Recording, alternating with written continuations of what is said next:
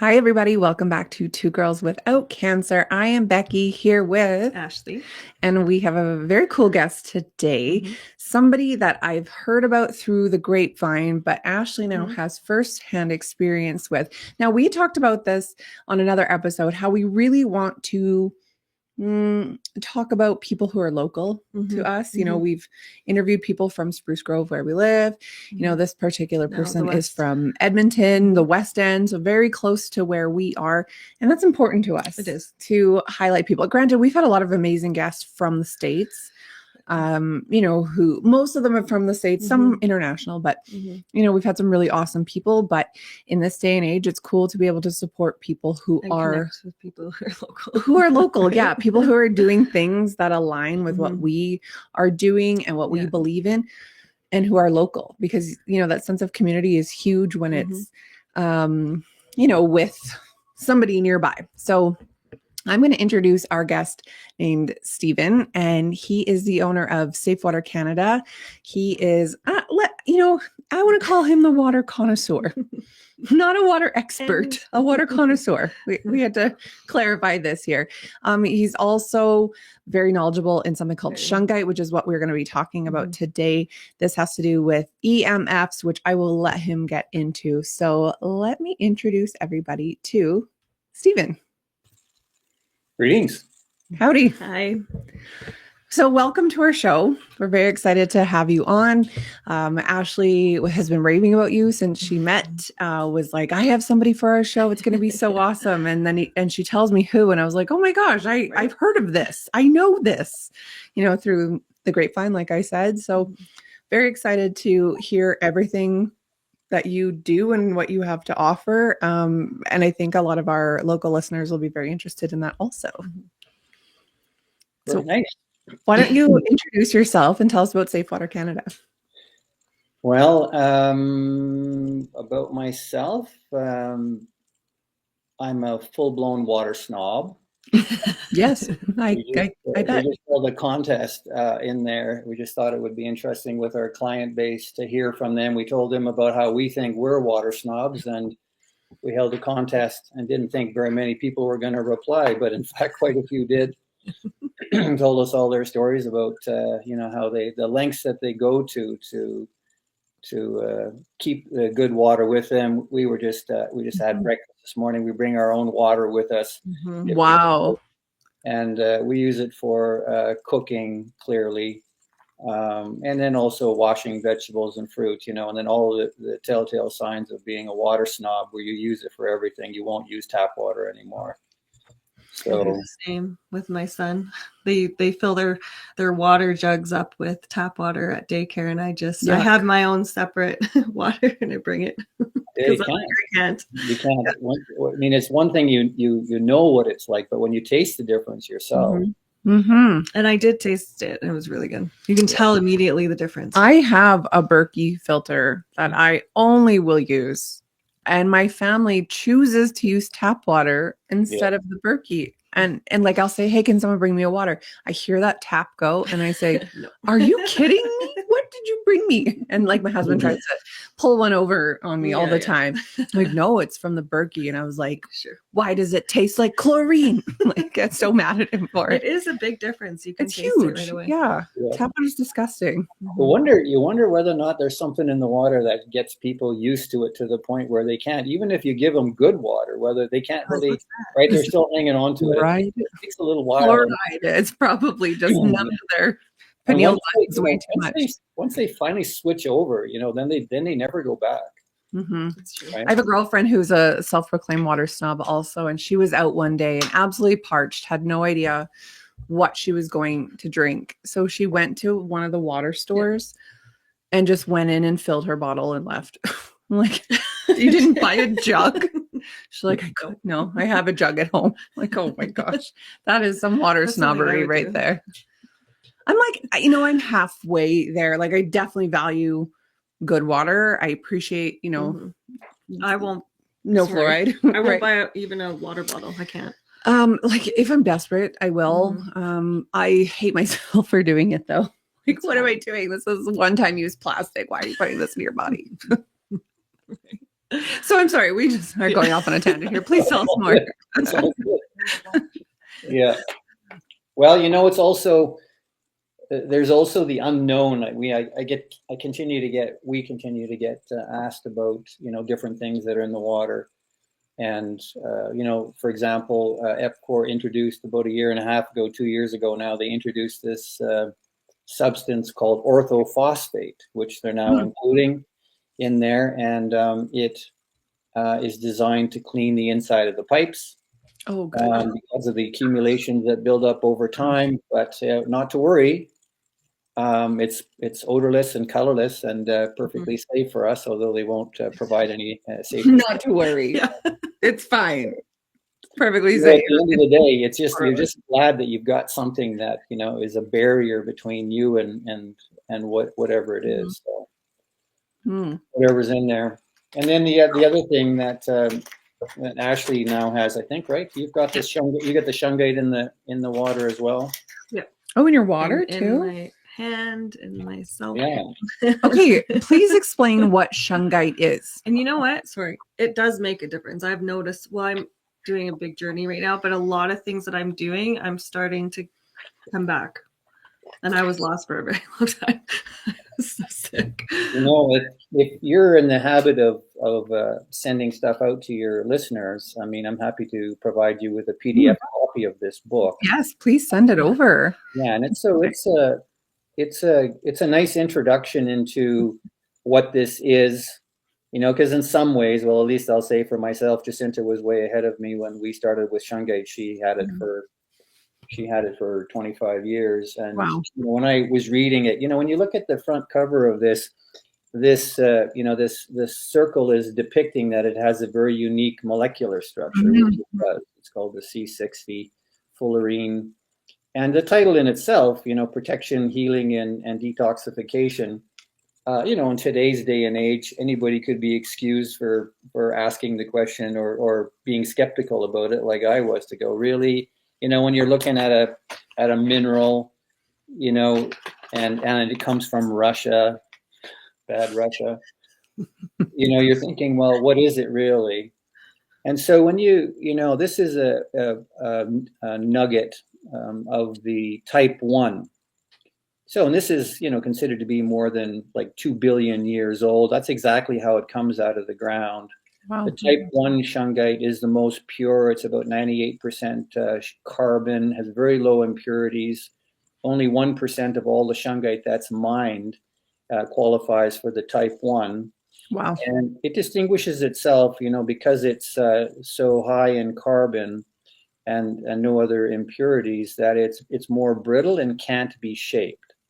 So when you think of the kind of the more common things that we see with Shungite, we see pyramids, which are common, and then you have like healing balls, and also things like Shungite bracelets and necklaces, and then you have also harmonizing rods.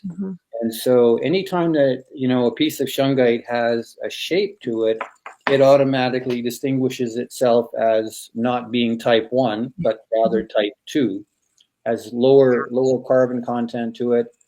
And one of the unique characteristics about the Shungite is that it has these really notable EMF mitigation characteristics.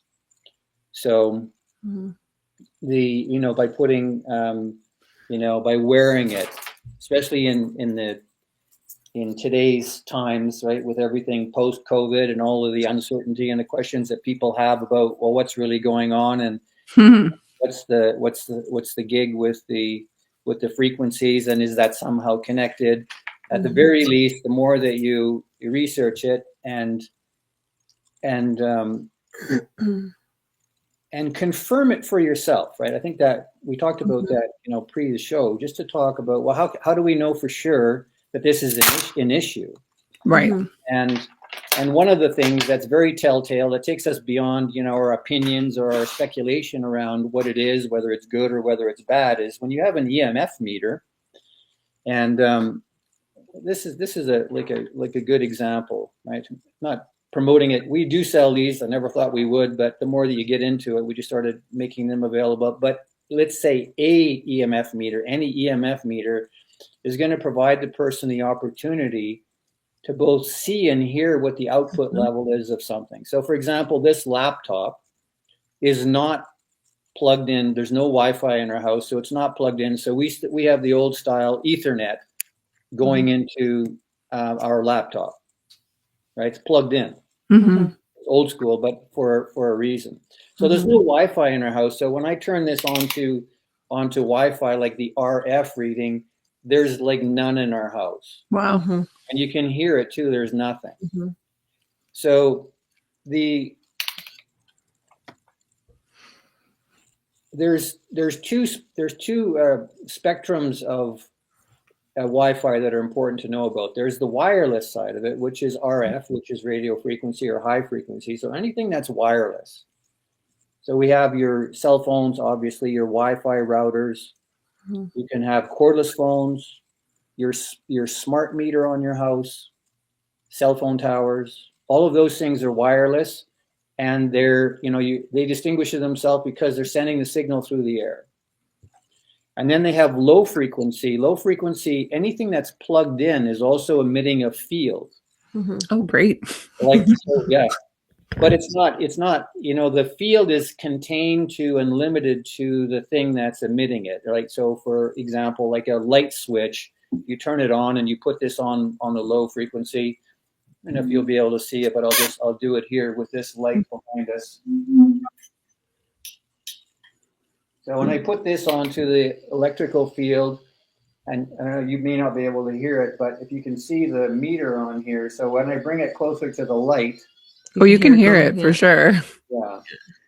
Okay, now I'm just going to tell you that the international standards of frequencies in there, they have kind of safety limits on there. And in the case of a low frequency, meaning, plugged in, and electrical field, anything over, the measurement is volts per meter squared, anything over 50 is considered as severe, right? So as I'm getting closer in here, I'll tell you when we hit 50, I'm about a foot away from the light bulb and I'm at 50. Oh my word. And now I'm at 100. And now I'm at 135 when I'm right close to it. Oh my gosh. So what does that tell us? That tells us that, if you're this far away from it, right? So here you can't maybe see it, but I'm about 3 feet away from this lamppost, and it's no big deal. But if I was spending a lot of time being like this close, then this would be reminding you, okay, that's not so good. Now the big awakening for me has been the laptops. Now I was there when he did it. I'm going to read this out to you so you get a sense of it and tell you how far away from it, because you won't be able to catch it on the line. So I've got this thing about 18 inches away from my laptop and I'm already at 50. We can hear it too. Right. And now I'm going to go closer. And now I'm at 100 and I'm 6 inches away from the laptop. And now I'm right at the laptop and I'm at 250. I'm just touching where the touch screen is on the laptop. Oh my gosh. And you put this thing on your lap and you touch it with your fingers. That's why And now we're going a little further into it, and it goes as high as 350 and 400. So this is insane. And it begs the question, is it possible that the manufacturers or any regulatory, authority that's supposed to be overseeing this and reporting this as a safety standard, is it possible that they're not aware of this? And I would say it's not possible. Yeah, I was gonna say, I'm leaning towards no, they are aware of it. Well, even when he put the meter on me, I was like climbing. Just on you? Just on my body. As a human being? Yeah. It's very interesting. You step into this world of, well, what is this all really about, right? That's the critical thing with all things. We need to ask the question and keep asking until we have greater clarity. And it's bizarre to see, how significant the output is of the cell phones. I used to use a BlackBerry until last year, and people used to laugh at me until I showed them what it put out compared to all the new phones, iPhones, etc. In fact, I think it was France is the first country in the world to ban a cell phone, and I think it was the iPhone 13. Wow. And because of the output. And the output of these phones is like nutso. I can imagine. It is, on that same meter. Now we're in a different measurement when you're measuring wireless. Anything over on the high frequency, so the radio frequency, is anything over 1,000 is considered severe, and anything over 2,600 causes damage to your DNA. And the cell phones are regularly peaking at over 20,000. And they're with us all the time. Right. People have this, they're like on their chest. I used to wear it in my bra all the time until I got breast cancer. And now I'm like, oh my gosh, can you imagine? Like, and then I put it in my back pocket. I have it resting on my pocket. Oh my gosh, I want to throw this thing in the garbage. Wow. Stephen, you're blowing my mind here. Well, this is a little bit like, it's like anything that we've come to understand. Like, for example, when you walk into a store now and you're buying something, do you ever pick a package up and read what the ingredients are? Yes. Yeah. And what is it in particular that you're looking for in the ingredients? Dyes. Seed oils. Yeah. Right. And so your purchasing decisions are now based on understanding through your experience, right? Yeah. One, and sometimes, at the expense of your own health, that you've come to understand that this isn't good for you. And so now you're scanning the ingredients from what it is that you're buying. Yeah. Wow. And I say it's the same thing now with the EMFs. This is really something that's, we can talk about Shungite as an example, and regularly do. As a matter of fact, this woman this morning called me from Texas because she saw our website and wanted to talk to me directly about it. And then just discovered that, there's really nobody who's telling me all these things. Right? She wanted to buy a load of Shungite, and I was saying, well, that's great. You can do that. Do you mind if I ask you a few questions about your home? And she goes, yeah. And I said, do you have a cell phone in your home? Yes. Do you have a wireless router? Yes. Do you have a smart meter on your house? Yes. Do you have cordless phones in your house? Yes.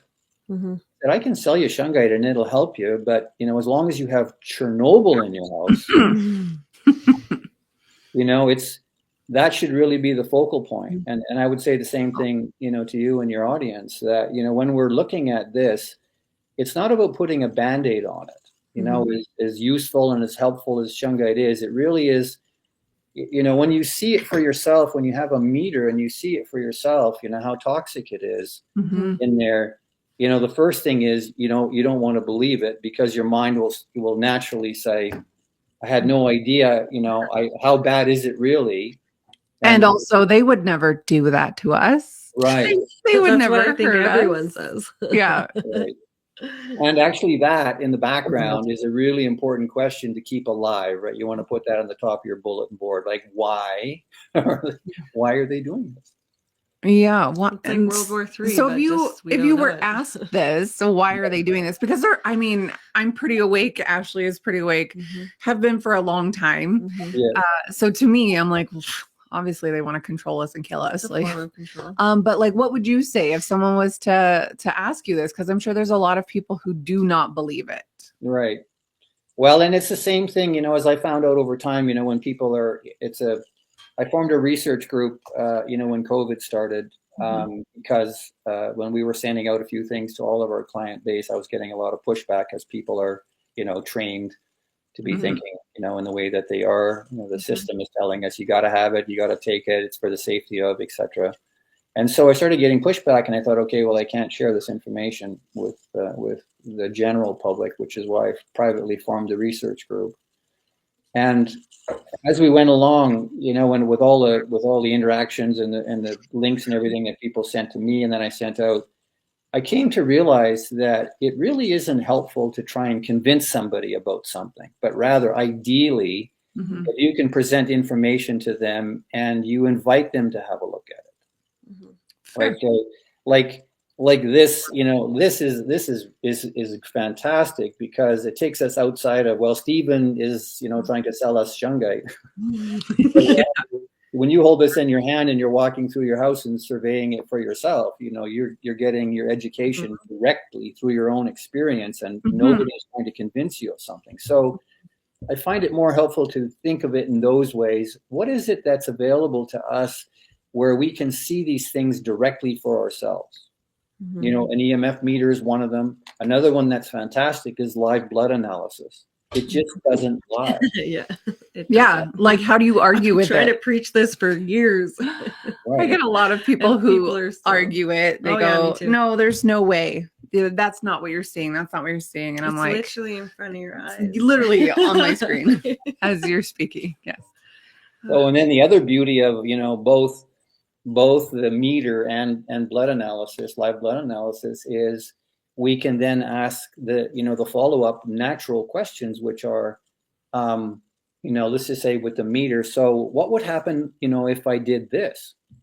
Or what would happen if I did this? So if I unplug the router, what would it then sound like? You know, and this is, we used to have live EMF sessions. You know, used to do the consultations here before COVID, and I would invite everybody into the office. And because we have the wireless shut off, you know, they would go around with these high-end meters that we had. I've got 4 of them, and they would measure it. And I say, so what are you seeing? And they go, nothing. And I go, great. So now I'm going to go online while they're in the room. And now I'm going to go onto my account with Shaw. I'm going to turn the wireless back on again.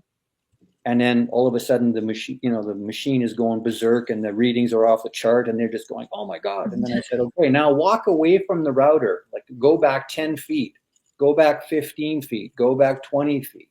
Now what is the reading? And this way they're seeing for themselves directly what the range is of this wireless router, right? So when we're in our house and we can, you know, we've got our router upstairs and we're able to receive the signal, you know, 50 feet away in another part of the house or on another level, we start to get educated about how this actually works. And then when you unplug it, then you go around with the meter and you see, oh, it's not giving out anything. And now it's free of that. So the question, you know, really is, of all the things, you know, in our environment, one that I've been asking for years, and then also with all the different seminars that I've taken. And there's a great guy now. He's called the EMF guy. His name is Nick Pinot, and we're subscribers of his. And you know, I would suggest he would be an expert. I'm certainly not, but he is an expert. And all of them, when you listen to them, if you distill it down and ask them, so what's the most important thing in your house that a person should be zeroing in on? They all say the same thing. And what they say is, the sacred place in your house is your bedroom. Because if you have Wi-Fi in your bedroom, and that obviously includes your mobile phone, you're not going to be able to get your body's not going to be able to regenerate through sleep properly. And your immune system is not going to be robust. Rather, it's going to be systematically worn down. And so that's the starting point, right? If you're going to do just one thing in your house, no Wi-Fi, no wireless routers anywhere near. And again, you can confirm that, you know, by having a meter in there. And then that's the starting point in your house. And then you build from there. So actually, after I met him, so that night I went home, I took all our iPads, our games, whatever had Bluetooth at my son's like headphones. I took everything out. And then my phone, sometimes I'll have it in, depending if I have an appointment in the morning, but I'll turn off the Wi-Fi. And I changed all of that, had my the round one by my bed with this and everything. And it really does make a difference. And you feel it. You feel better. You probably get less of a disrupted sleep, I would imagine. I've been able to sleep solid for a while, and usually I don't sleep solid unless I. Yeah, and we always say to people, you know, it's not like you can get the effect of it, you know, one night.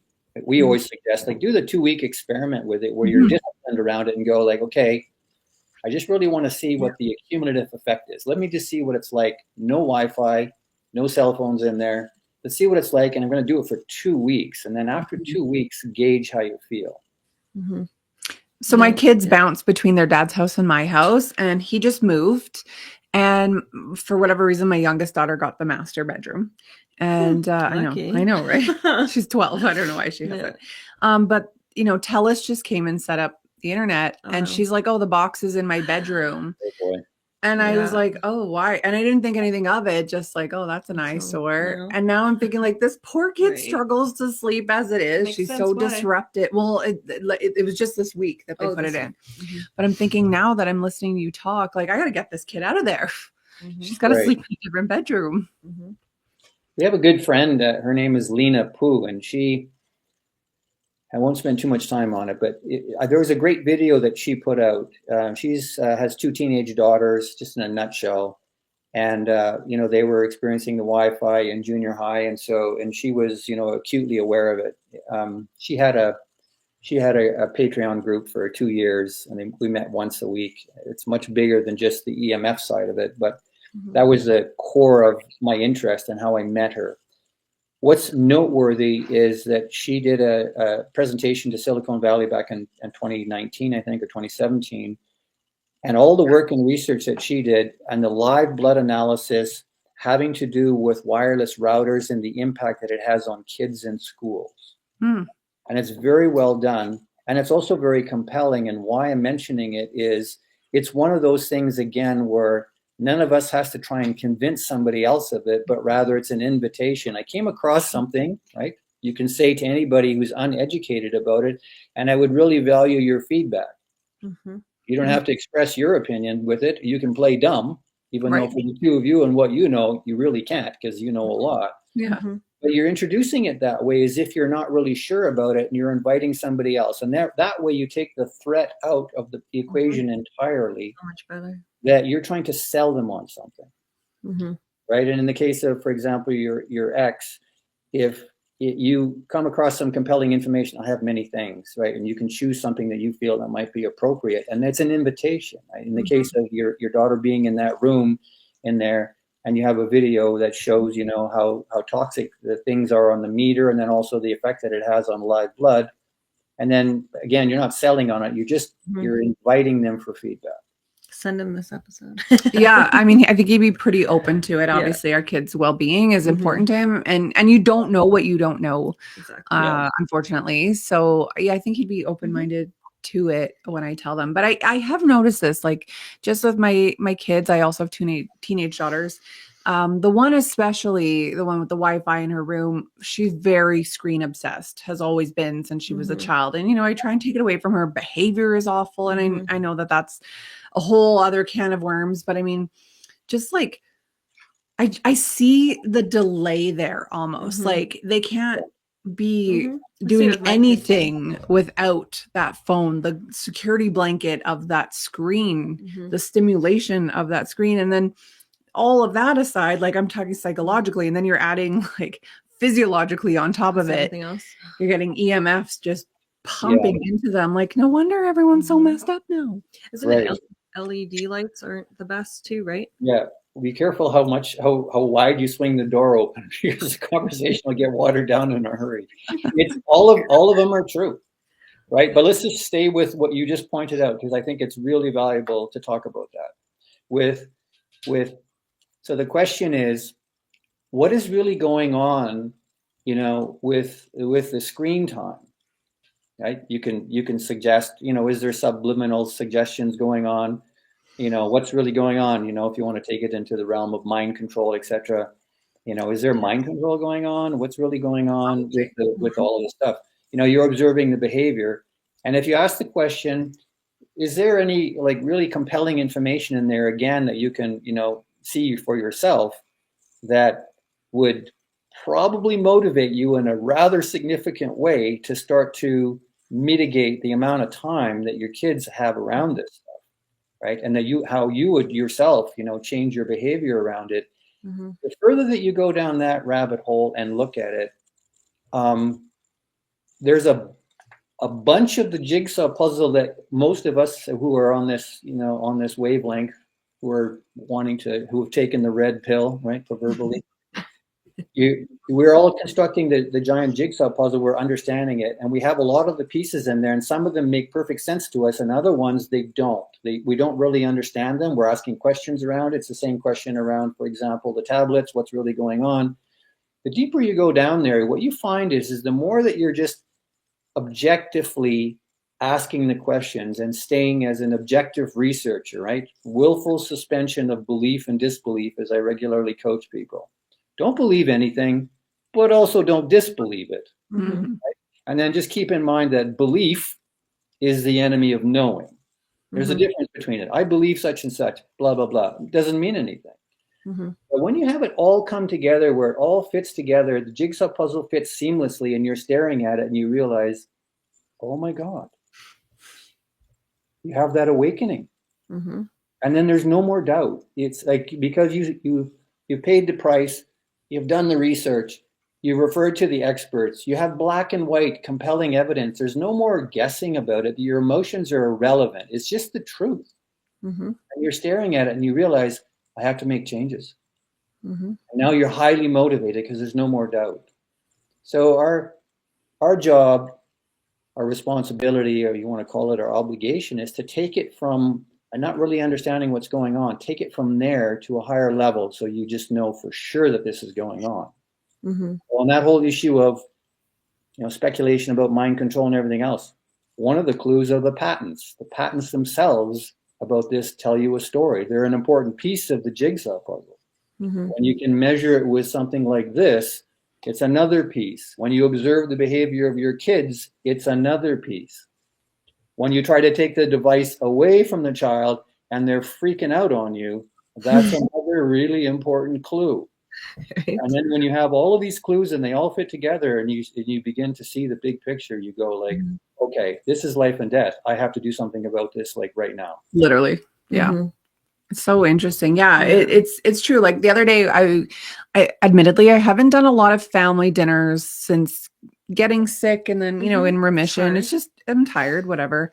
I've actually made a family dinner the other night, and my youngest walks in just like this. And I was like, why do you have that? Why not? I'm like, put the friggin' thing away. Like, I got mad. And I'm like, put it away. And then we get to the table. My husband's got his phone there. And I was like, everyone take your freaking phones, throw them in the garbage. Like, they don't come to the dinner table. Like, I know it's a learned behavior. They're children, but it's like, we can spend 10 minutes away from these things. It literally, I could go off forever about this. And the problem is, like, as parents, we created this in them. But you see it now. We're understanding things, and now we can teach them, and then they'll be like, oh, okay, and it makes sense. Well, right? Hopefully you can teach your 5-year-old son, because actually teaching a 14-year-old is a lot different. So I put this on him when he knows he has to have it on when he plays his games or he's on his iPad. But he goes, Mommy, out. Like, it hurts. It's ripping my hair. I'm like, just let it rip all your hair, and then you'll be fine. He's like, Mom. I'm like, it's okay. It's going to be okay. But you know how you have the little hairs? And so now he wears it on his ankle. Oh, cute. Like, okay, that works as long as it's on your body somewhere. So how does Shungite work exactly? Like, it detects EMFs in the air? Like, I don't really understand. Yeah, it's a good question. So we're acknowledging that it's not the answer, right? The answer is to actually address. The answer is getting to the root cause, but is also you can help mitigate some of it in the meantime. Yeah. So it does a number, like the book title suggests on here. It's protection, healing, detoxification. The Shungite, the healing rods, they give us, a bit of a clue. We look at it that way. So this is pure Shungite, and this is soapstone. And when a person hangs on to these for a few minutes, you will typically notice, that there's if we look at the name of it, right, harmonizing rods, Shungite harmonizing rods, it's balancing the energy in the body. And because we're energetic beings in here, the frequencies are messing us up. We could do a whole session on how they mess us up and how it was specifically designed to mess us up, right, at the different frequencies that they've chosen, just like 432 versus 440 hertz, right, 432 harmonious, 440 to change it, right, to something that's not good. The frequencies are being used in ways that, when we really understand what's going on, we realize that our priority is to protect ourselves from them. And the Shungite is rebalancing the body, and we can often feel it. If you're more sensitive to it, you will notice it right away when you're hanging on to these. So it gives us a clue that it's rebalancing. And so if our bodies are out of whack energetically, the Shungite is helping to rebalance it. And it's also changing how, like in the case of what Ashley was pointing to with the Shungite stickers, when they go on the back of the phone, the word is transmuting. right? So it's changing. Yeah, it's really good. And you Yeah. noticed the difference, did you? Do even when you gave me those to hold, Yeah. immediately I could feel it. It was like it was a pulling, like a pulling feeling from my I body. want to try. Yeah. That's a really good sign, actually, because a percentage of the people that come that hang on to those, feel nothing. And I was one of them. When we first had the Shungite in here, I realized, because I was around technology way too much, with cell phones, go all the way back until I started to wake up to it. And so all of us have been desensitized to the effects of electromagnetic frequencies to some extent. Typically speaking, women are much more sensitive, to the frequencies, and they feel it. And you could say, well, that's great to know that, but at the same time, you're also feeling it. Like you really I can feel it. Yeah. When you think about why the two of you are doing this show, right? You're having the commonality of having a really extreme experience, and now you're talking about it. And by the way, kudos to you both for all of your efforts with this. This is really important what you're doing. Thank you. Yeah, it's great. It's really great.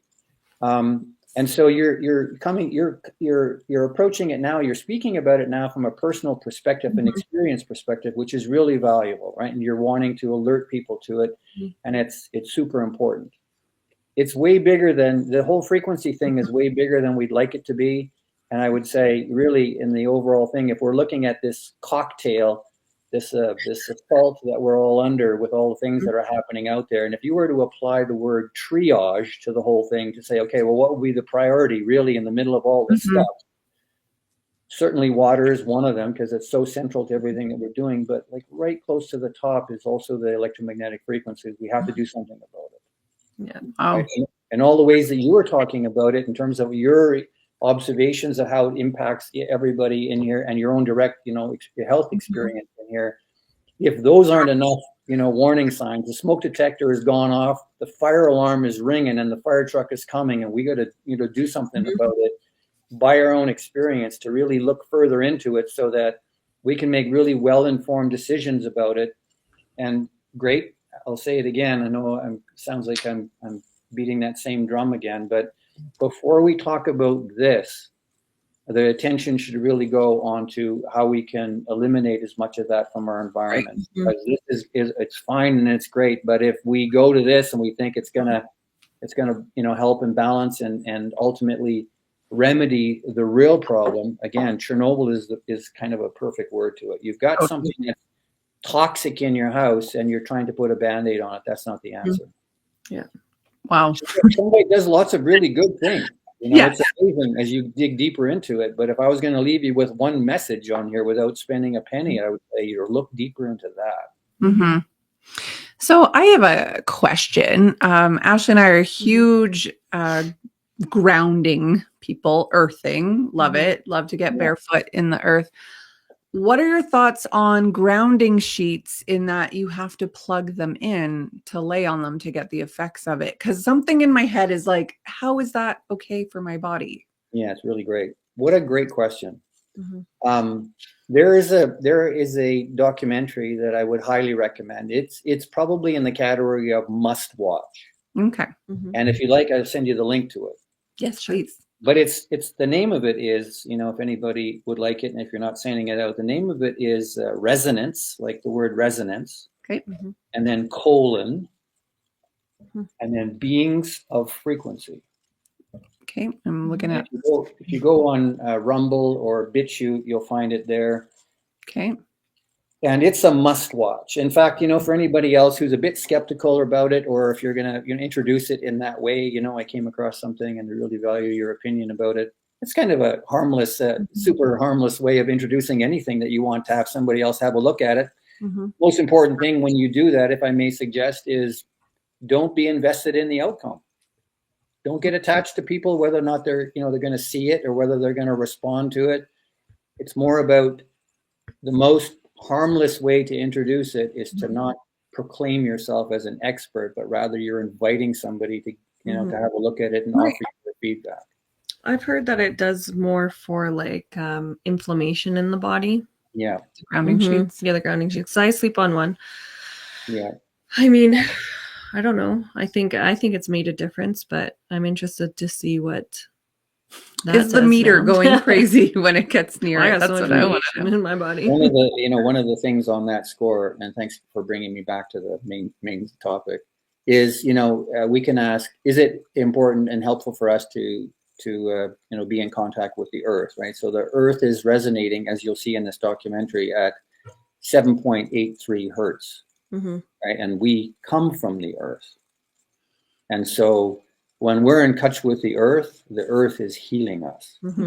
So we get out there and have our fingers and toes in the dirt and go around in the dirt, and they get the kids to do it, and they're eating dirt and all that.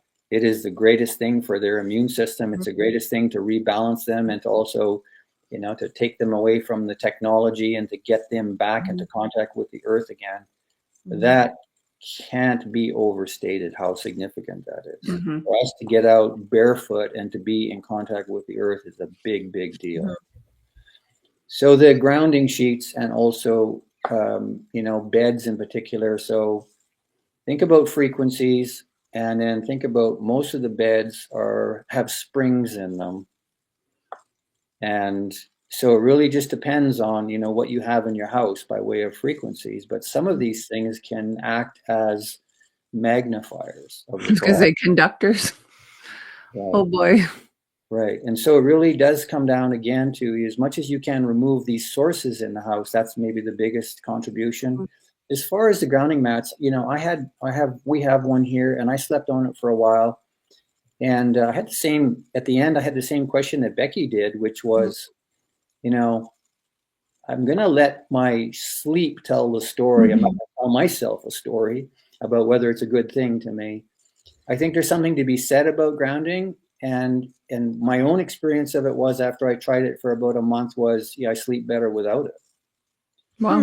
But then the bed that we have, right, there's you can't just think of it in terms of this linear kind of solution to it. There's all these different variables. So we're really talking about a cocktail. Everybody's home has unique characteristics with it. And so if we really want to get down to it, at the end of it, we just familiarize ourselves with the different things. What kind of bed are you sleeping on? Do I have Wi-Fi in my house? Do I sleep better with it, without it? So you're looking at it a little bit more, hate to use the word scientifically, but we'll use it. You're looking at it more practically and logically to try and reason it out rather than emotionally. Is it helpful? Give it a try, do the 2-week experiment, those types of things. Perfect. That makes sense. Yeah. Okay, thank you for answering that. Well, we are getting close to the top of our almost hour here. So why don't you let our listeners know how they can find you? I guess is the biggest one. You have a store, but you don't advertise the address, which I completely appreciate. So why don't you tell everybody where they can find you? Well, I mean, we've really, we're not, as on our website, if you go to the bottom page on our website, which is safewatercanada.com, you'll see on there, we do not sell on Amazon.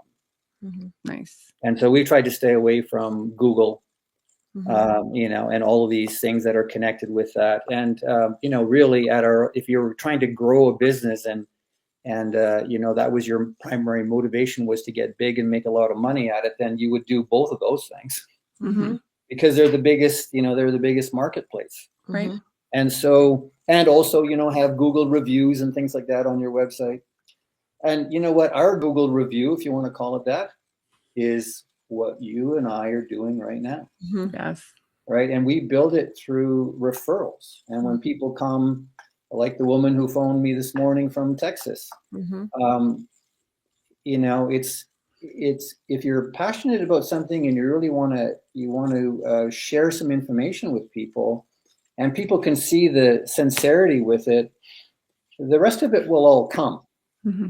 Like, I don't actually sell people on things anymore. I just try to share as much information as I can with them so that they can make well-informed decisions for themselves.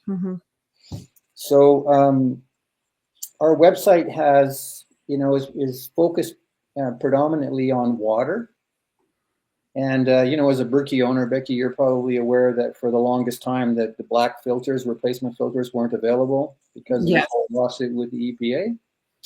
And so now they are again, not through Berkey, but through another company. Right. As it turns out, they were the largest Berkey distributor on the planet.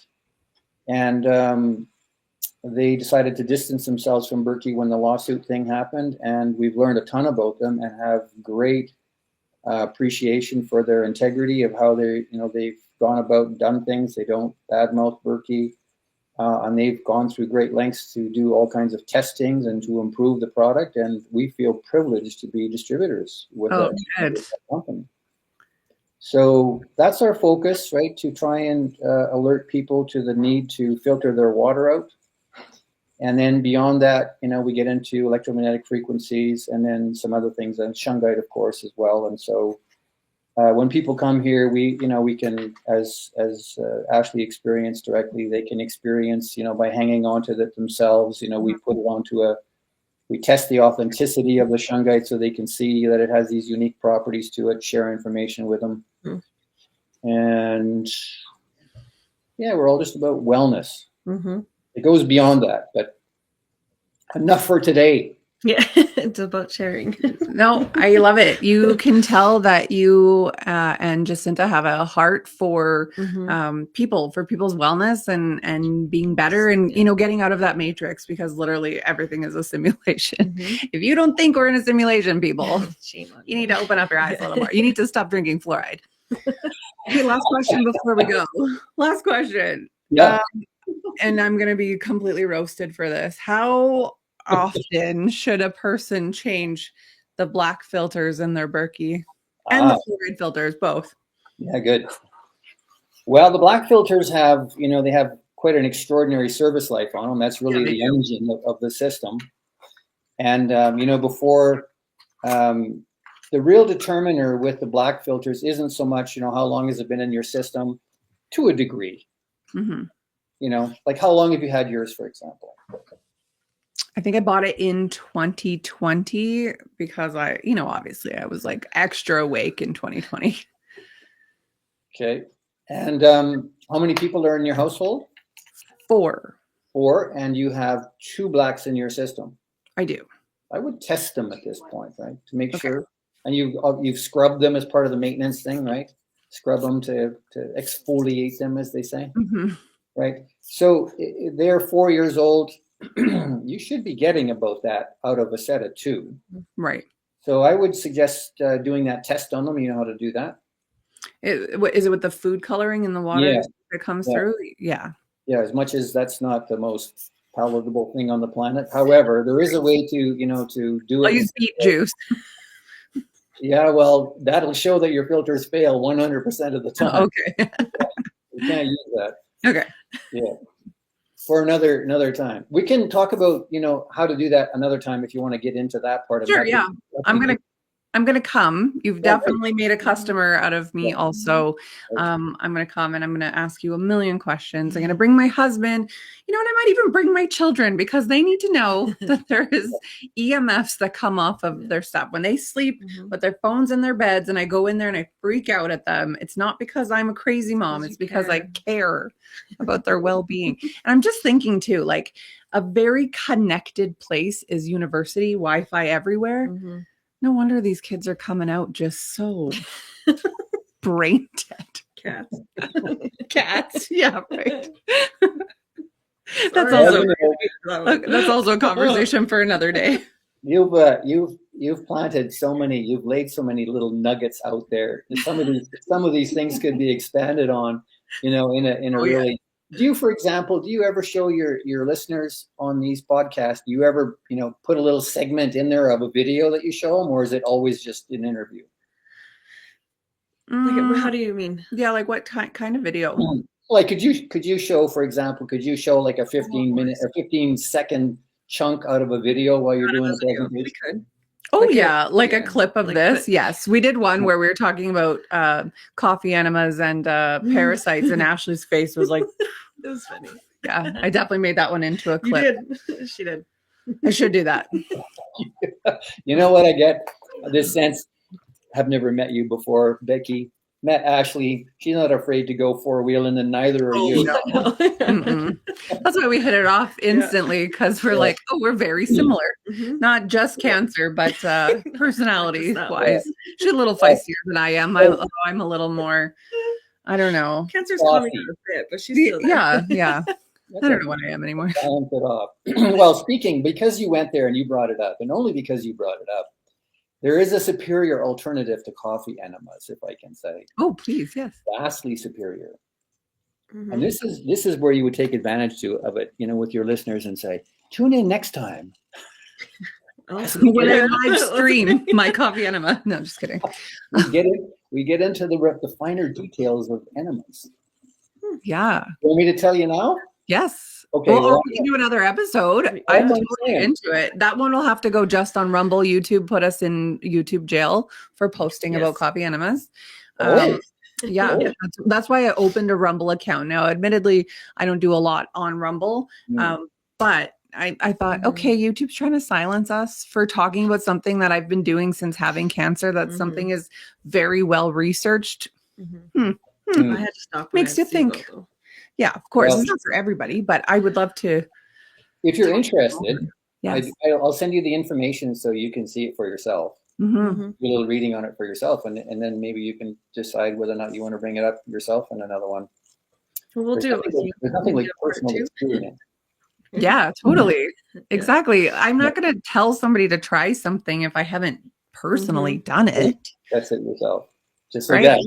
Yeah. Well, if you think of it when you do come here, ask about the coffee side of it, and I'll share a little story with you. Perfect. Not for the air here today. Yeah. And then and how we made the transition ultimately, and then what we learned from it. So amazing. Yeah, we'll definitely have this conversation in the future. Good. Well, thank you so much for joining us, Stephen. I appreciate you. Ashley appreciates you. I'm very excited to become a customer of yours, and man, to get rid of every single thing that's plugged in my house. I'm going to live in a cave from here on out. There's something to be said for that. Ladies, thank you so much for what you do. You're doing valuable work and what you're trying to bring to people's attention, and we honor what you're doing. Thank you so much. Okay, thank you for finding that guest. He was so cool, isn't he? I don't know Jacinta, but I feel like she's also cool. I saw her in the background a little bit. They're pretty much like us. They're good people, and they have healing hearts and caring hearts. I love red pill people because I don't have to be like, oh, I went through this, and this, and now I also do this because of it. And they go, whoa, did your doctor approve that? Like, shh. That's how I feel like talking to people lately. I know. I give up. They're like, oh, I appreciate like how much work you've done in healing and cancer. And then it's like, oh yeah, I'm not dead. Okay? Yeah, it's like I take beef organs. What are you? Did you doctor? And I'm like, I try and get this one through one of my girlfriend's heads, and she's still. And I'm like, hey, you know what? Oh, I'm at a 258 now, so I'm stable. Pounds? No, for your levels. Oh, okay. Okay. I'm like, actually, I'm I'm 260. Or no, 260, 160. Oh my God. Saying. 200 and some. I just gained 15 pounds. That's okay. It happens to the best of us. Yeah. All right. Well, join us next week. We are going to be talking to someone who deals with chronic pain for people. We are also going to give an update about where we are in the world. We were going to today. We just did not get to it. So yeah, stay tuned with us every Tuesday. Check us out at Two Girls Without Cancer on all the socials, including Rumble, where you are going to find an interview talking about an alternative to coffee enemas. Perfect. Bye, everybody. Bye.